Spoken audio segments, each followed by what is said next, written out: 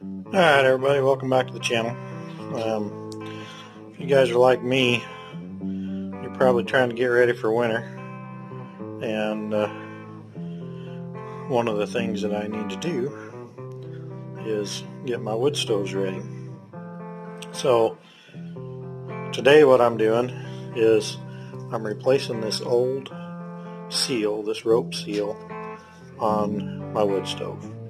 This is on my garage stove. You see that the glass is cracked, and you know this is not a really nice stove, but I still want it to work correctly, and for it to work correctly I've got to replace this seal. It had a big old missing spot down the bottom, and it was starting to come loose up here on the top corner, and so need to replace it. What you're going to need is one of these kits. This particular rope is 1/2 inch diameter, which is what I had, and it comes with some glue. And basically you just clean your channel up, remove your old rope, clean the channel up as best you can, and then you cut this rope to fit, and then you put your glue down in the channel and set your rope in. Pretty simple. A lot of folks kind of get intimidated by this sort of thing, as they're afraid they're going to do something wrong and damage their stove door, or cause it to not work properly. But it's not going to work properly if your seal is bad. So you most definitely are going to improve the operation of your stove by replacing the seal. So I started by pulling the seal out, and then kind of taking a scraper and scraping through this channel some. Now I'm going to take my shop vac, vacuum all this out, and then I'll take a wire brush and clean that channel the best I can.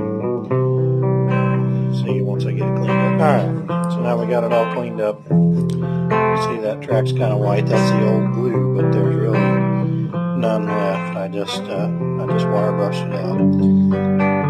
I'll take I did clean it with the shop vac. I'll just take a paper towel and kind of wipe through it. And then while I'm here, I might as well clean that glass.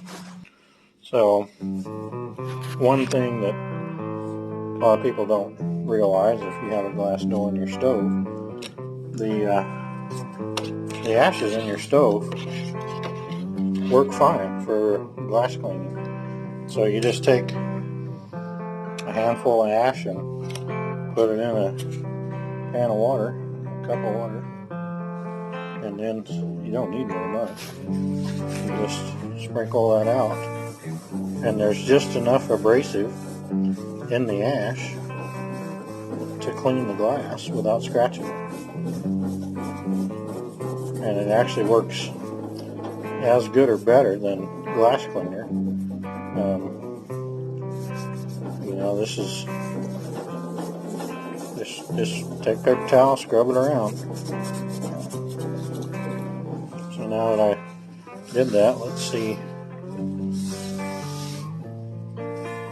So you can see the part that I cleaned, and I'll take, when I'm done, I'll take a glass cleaner and actually clean it off. But no more than I did. You can still, you can see through the glass. And some of the stuff that's more baked on, I'll have to scrub a little more. But this is a quick and easy way, and cheap.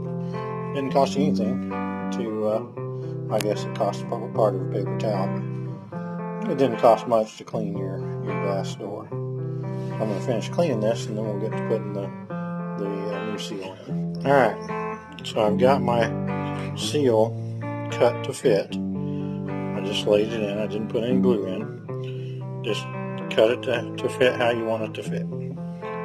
And you don't have to be terribly picky. You just want to make sure you get it in the corners good, so you've got enough to make your seal.